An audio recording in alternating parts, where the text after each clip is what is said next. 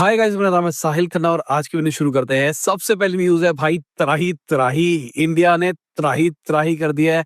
इस टाइम रात का ऑलमोस्ट 1 बज रहा है और मैं बिज़नेस न्यूज़ शूट कर रहा हूँ। अभी जितना सुनने में आ रहा है कि इंडिया ने 7 शहरों के अंदर पाकिस्तान पे हमला कर दिया है। पहले पाकिस्तान ने इंडिया के ऊपर हमला किया था, ड्रोन से हमला किया, मिसाइल से हमला किया और इंडिया ने सारे हमले को रोक दिया। इंडिया को कोई कैजुअलिटी नहीं आई। इनफैक्ट उनकी कोई भी मिसाइल या कुछ भी चीज़ इंडिया के ऊपर गिर भी नहीं पाई। फिर उसके बाद में इंडिया वालों ने 100 मिसाइलें छोड़ी है भाई।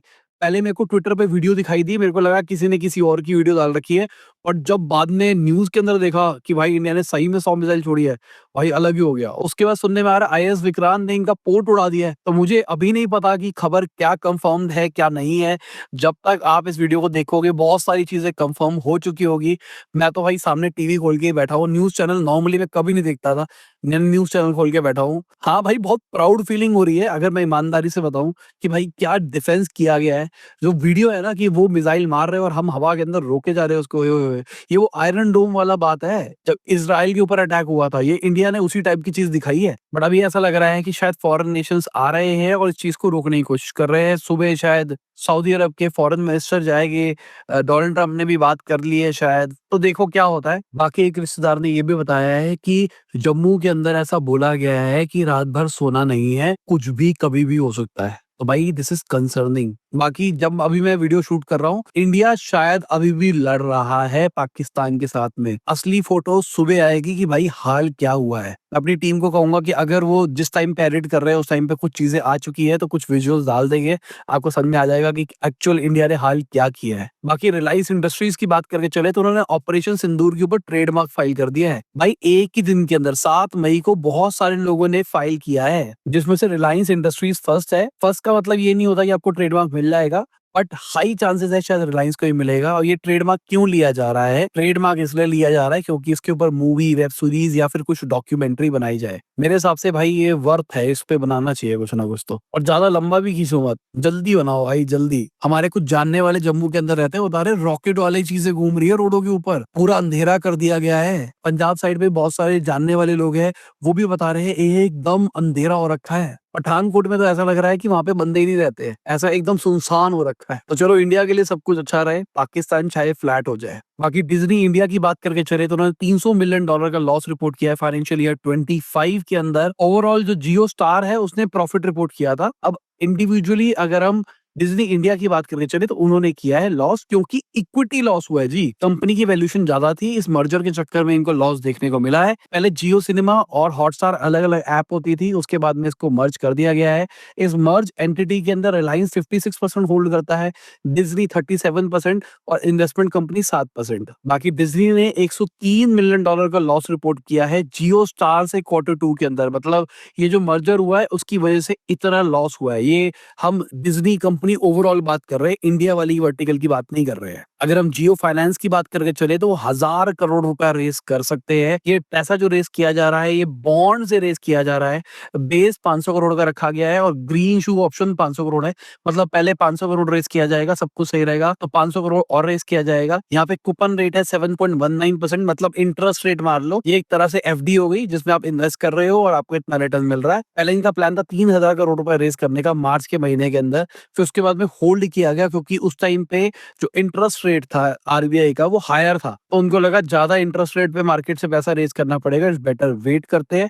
अब आरबीआई ने घटा दिया, इस चक्कर में ये अच्छे रेट पे ला पा रहे हैं। अगर आप चाहते हो बॉन्ड के ऊपर कभी एक्सप्लेनेशन करूं तो मुझे बता देना अगर आपको कॉन्सेप्ट समझ में नहीं आया तो। बाकी फिनटेक यूनिकॉर्न की बात करके चले, इनक्रेड की, उन्होंने 374 करोड़ का प्रॉफिट रिपोर्ट किया। रेवेन्यू 47% बढ़ता हुआ दिखाई दिया है, 1871 करोड़ से ऊपर जाता हुआ दिखाई दिया है। इंटरेस्ट इनकम है इसमें से ऑलमोस्ट 1700 करोड़ के आसपास की और 137 करोड़ के आसपास इन्होंने फीस कलेक्ट करी है। ये लोग करते हैं क्या है, ये लोग लोन देते हैं भाई। तो ये वाला जो बिजनेस है ना, ये वाला बिजनेस बहुत हेल्दी है। वॉर के अंदर नॉर्मली ना इक्विटी क्रैश होती हुई दिखाई देती है, एक्सपेक्टेशन तो यही है हमारी मार्केट क्रैश होती हुई दिखाई देगी आज। क्योंकि अगर हम हिस्ट्री की बात करके चले तो हिस्ट्री के अंदर भी यही हुआ है, चाहे आप कारगिल युद्ध की बात कर लो या फिर आप किसी और युद्ध की बात कर लो, मार्केट इनिशियली क्रैश करती है।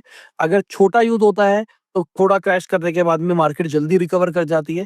कारगिल के अंदर 6 महीने लगे थे रिकवरी करने में। बाकी पीबी हेल्थ केयर की बात करके चले तो उन्होंने $218 मिलियन रेज़ करे सीड राउंड के अंदर। अब ये पीबी हेल्थ केयर क्या आ गया भाई? जो पॉलिसी बाजार की पेरेंट कंपनी है, उन्होंने एक नया वर्टिकल निकाला है पीबी हेल्थ केयर सर्विस करके, जहाँ पे हॉस्पिटल नेटवर्क बनाने वाले हैं। दिल्ली एनसीआर से स्टार्ट करेंगे, टेक्नोलॉजी का वहां पर यूज होगा, बहुत कुछ होने वाला है। तो उसके लिए पैसा रेज किया गया है। जो पीबी फिनटेक है, उन्होंने $62 मिलियन डाले थे, कैटलिस्ट ने $50 मिलियन डाले थे, और $106 मिलियन कुछ इंडिविजुअल और कुछ इंस्टीट्यूशनल इन्वेस्टर से आए हैं। इनका टारगेट ये है 4 से 5 हॉस्पिटल बनाने हैं 12 महीने के अंदर, जहां पर टोटल 1000 बेड की कैपेसिटी हो और 600 से 800 बेड भरे रहे। बाकी भाई ये वाला बिजनेस बहुत प्रॉफिटेबल निकलने वाला, आपको पहले ही बता रहा हूँ। अगर मैं प्रिस्टीन केयर की बात करके चलूं तो वो भी पहले एक प्लेटफॉर्म था जहां पे ट्रैफिक जनरेट करते थे वो, उसके बाद वो हॉस्पिटल बिजनेस में घुसे और उनका प्रॉफिट बढ़ता हुआ दिखाई दिया है। पिछले 75 दिन के अंदर 5 हॉस्पिटल ये खोल चुके हैं, और इनका ऐसा कहना था कि 2 महीने के अंदर ही ये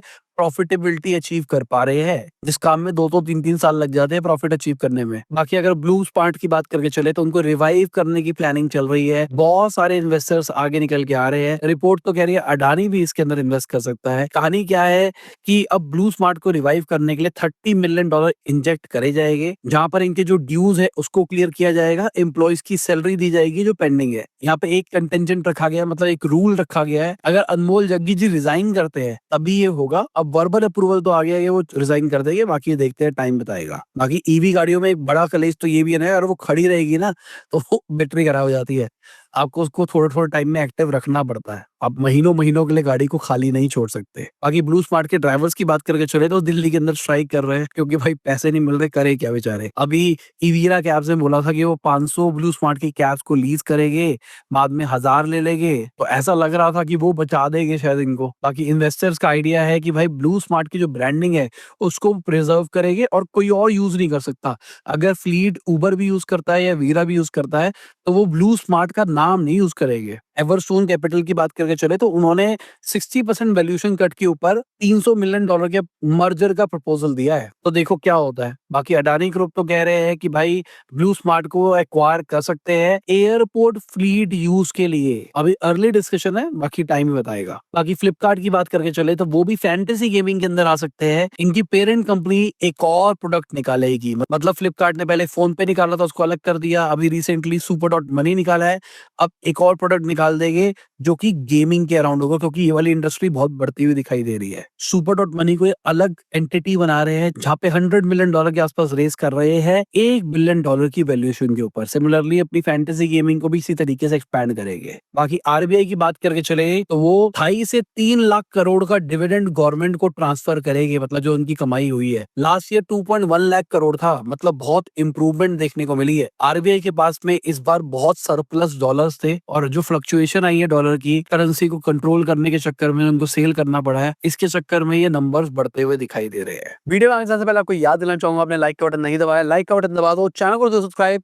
मैं ऐसे ही डेली बिजनेस न्यूज आपके लिए लाता रहता हूँ। बाकी अगर हम यूरोपियन यूनियन की बात करके चले तो इंडिया के ऊपर कार्बन टैक्स लगा सकते हैं, जिसकी वजह से 20 से 35% इंडियन स्टील, एल्यूमिनियम और सीमेंट के एक्सपोर्ट महंगे हो जाएंगे। अब पीयूष गोयल जी का इसके ऊपर कहना है, अगर वो ऐसा करते हैं तो इंडिया रिटेलिएट करेगा। उन्होंने एक बहुत इंपॉर्टेंट बात बोली है, उन्होंने बोला है इंडिया 3 से 3.5% ग्लोबल कार्बन एमिशन करता है और वर्ल्ड की 17% पॉपुलेशन इंडिया की है। तो अगर पर कैपिटा कार्बन एमिशन की बात करके चले तो इंडिया कुछ उतना ज्यादा नहीं कर रहा जितना शोर मचा रखा है बाकी सब ने। सिमिलरली यूके भी कार्बन टैक्स की बात कर रहा था, इंडिया वहां पर भी शायद रिटेलिएट करेगा। ऑल अपना ट्रेड एग्रीमेंट तो साइन हो गया है, तो देखते हैं क्या होता है। पीयूष गोयल जी का कहना है कि भाई यूरोपियन यूनियन का अगर कार्बन टैक्स लगता है उससे यूरोपियन यूनियन को नुकसान होने वाला है, इंडिया को उतना नुकसान नहीं होगा, क्योंकि उनकी इकोनॉमी डिक्लाइन कर रही है। बाकी एप्पल के अगेंस्ट 1 लाख डेवलपर्स ने लॉ सूट फाइल किया है कि भाई आप बहुत ज्यादा चार्ज करते हो। सिंपल सी बात यह है, एपिक गेम अपना केस जीतता हुआ दिखाई दे रहा है, इसी चक्कर में अब सबके सब इसके ऊपर कैपिटलाइज करने की कोशिश कर रहे हैं। लेट्स सी एप्पल क्या करता है, क्योंकि रिपोर्ट्स तो ये कह रही है जल्दी ही ऑल्टरनेट ऐप स्टोर्स आ सकते हैं। मतलब ऐप स्टोर के अलावा और कंपनी के ऐप स्टोर होंगे जहाँ से आप ऐप को डाउनलोड कर पाओगे। क्योंकि एप्पल के अंदर क्लेश सबसे बड़ा पता क्या है? एप्पल के अंदर आपको एप्पल का टैक्स देना पड़ता है 30% का। अगर आप वो नहीं देते, आप एक्सटर्नल ऐप परचेज़ का ऑप्शन डालते हो, तो एप्पल ने कहा था 27% फीस लूँगा। इसी चक्कर में एपिक वालों ने इनके ऊपर केस किया था। बाकी एप्पल गूगल सफारी की जो $20 बिलियन की डील है, उसको बंद करने का सोच रहा है। अभी के टाइम पे सफारी का जो डिफ़ॉल्ट ब्राउज़र है, वो गूगल है। तो एप्पल वालों को ऐसा लगता है कि अभी एआई वाली दुनिया आ गई है, तो लोग ओपन एआई, परप्लेक्सिटी का ज़्यादा यूज़ करेंगे सर्च के लिए। मैं पर्सनली कुछ भी सर्च मारने के लिए एआई का ज़्यादा यूज़ करता हूँ। तो एप्पल वालों को भी यही लग रहा है, यही बिहेवियर होने वाला है और गूगल के कुछ पंगे भी चल रहे हैं भाई डीओजे के साथ में। इस चक्कर में शायद हो सकता है ये मर्जर टूटता हुआ दिखाई दे। बट भाई जेमिनी का इंटीग्रेशन होने वाला है। तो अगर थोड़ी-सी कॉमन सेंस लगाऊँ तो 20 या 21 मई को इसकी अनाउंसमेंट हो जाएगी। उसी टाइम पे गूगल का आईओ इवेंट है और उसी के अंदर ये एप्पल इंटेलिजेंस के साथ में लिंक करके कुछ अनाउंसमेंट करेगी। अब हम एप्पल में भी अवेलेबल हो गए हैं। बाकी गूगल का जो एआई जेमिनी है वो बहुत खतरनाक है भाई। ये वाला हमने अपने टेक चैनल पे बताया। कल रात को वीडियो आई थी, उसको देख लेना। उसमें पूरा समझा रखा है कि किस तरीके से क्या-क्या कर सकते हैं। आप जेमिनी से गेम बना सकते हो, अगर आपको कोडिंग नहीं भी आती तो भी। वीडियो देखना, उसमें थोड़ा दिखा रखा है मैंने। बाकी गूगल वालों ने $160 बिलियन की मार्केट कैप लूज़ करी थी 7 मई को। अब चार्ट के अंदर देखो भाई क्या हुआ है, किस तरीके से त्राही-त्राही दिखाई दी है। और ऐसा क्यों है? क्योंकि एंटी ट्रस्ट जो हियरिंग चल रही है और जो मैंने आपको सफारी वाली खबर बताई, इस चक्कर में ये सब कुछ क्रैश करता हुआ दिखाई दे रहा है। एप्पल के शेयर्स भी घटते हुए दिखाई दिए थे खबर के बाद में। बाकी उबर की बात करके चले तो वो $100 million Chinese startup WeRide के अंदर इन्वेस्ट कर रहा है। इनका प्लान है वी राइड को 15 और सिटीज में एक्सपैंड करने का आने वाले 5 सालों के अंदर। 5 महीने पहले अबू धाबी के अंदर इन्होंने लॉन्च किया था। अब फ्यूचर में प्लान है यूरोपियन सिटीज में भी हम एक्सपैंड करेंगे। उबर बेसिकली क्या करता है? नेटवर्क राउटिंग देखता है कि कहाँ-कहाँ से कैसे-कैसे जाना है और फ्लीट का ऑपरेशन देखता है कि मतलब भाई बुकिंग हो रही है, नहीं हो रही, वगैरह-वगैरह। और जो कंपनी है वो टेक्नोलॉजी प्रोवाइड करती है। सिमिलरली जो वेमो है उनके साथ भी इनकी ऐसी ही पार्टनरशिप चलती है। बाकी अगर हम टेस्ला की बात करके चले तो रोबो टैक्सी जो ट्रेडमार्क था, कोर्ट ने इनका रिजेक्ट कर दिया है भाई। कहा है ये this is very common name, तो इसके ऊपर आपको ट्रेडमार्क नहीं मिल सकता। ऑल्दो टेस्ला वाले ने और भी बहुत सारे अप्लाई कर रखे हैं, जैसे साइबर कैब, जिसमें अगेन प्रॉब्लम आ सकती है साइबर के ऊपर, क्योंकि वो साइबर अपने आप में ट्रेडमार्क है, या फिर रोबो बस या फिर रोबो वैन। देखते हैं किसके ऊपर ट्रेडमार्क लेते हैं और किसको यूज करते हैं अपने कैब वाले बिजनेस के लिए। क्योंकि अब टेस्ला का जो नया होप है ना, वो यही दिखाई दे रहा है कि इनकी एआई ड्रिवन कार्स आएगी, टैक्सीज आएगी और वहां से शायद ये कुछ बिजनेस बना पाएंगे। बाकी यूक्रेन की बात करके चले तो वो डॉलर से यूरो में शिफ्ट होने का प्लान कर रहा है। ये एक स्ट्रॉन्ग सिग्नल है कि वो यूएस की जगह यूरोपियन यूनियन को सपोर्ट कर रहा है। सिंपल सी बात, डोनाल्ड ट्रम्प ने जो इनका भी रिसेंटली हाल किया था, तो ऐसा लग ही रहा था कि भाई ऐसा कुछ देखने को मिल सकता है। बाकी यूरोपियन यूनियन की बात करके चले तो उन्होंने यूएस गुड्स के ऊपर $114 बिलियन का टैरिफ इम्पोज किया है। ये भाई ट्रेड वॉर भी रुकने का नाम नहीं ले रही है। हम इंडिया वाली वॉर के अंदर थोड़ा दिमाग ज्यादा लग गया था, हम भूल गए थे कि भाई ट्रेड वॉर भी चल रही है। डोनाल्ड ट्रम्प ने बहुत सारे सैंक्शंस लगाए थे हर देश के ऊपर, अब सब रिटेलिएट करते हुए दिखाई दे रहे हैं, तो यूरोपियन यूनियन ने भी रिटेलिएट किया है। बाकी हमारी मार्केट की बात करके चले तो कल हमारी मार्केट लाल दिखाई दी, जैसा एक्सपेक्टेड था। वॉर के बाद में ऐसी सिचुएशन दिखाई देती है। बाकी भाई आपको एक चीज बताता हूँ, ऐसा सुनने में आ रहा है जो ड्रोन से अटैक किया गया है ना, वो शायद अडानी ग्रुप का भी हो सकता है, अडानी डिफेंस का। पता नहीं, कंफर्म नहीं है, वो पता लगेगा, टाइम बताएगा। बट अगर ऐसा होता हुआ दिखाई देता है ना, तो अडानी डिफेंस इंप्रूव होता हुआ दिखाई दे सकता है। थोड़ा इस न्यूज के ऊपर दिमाग लगा लेना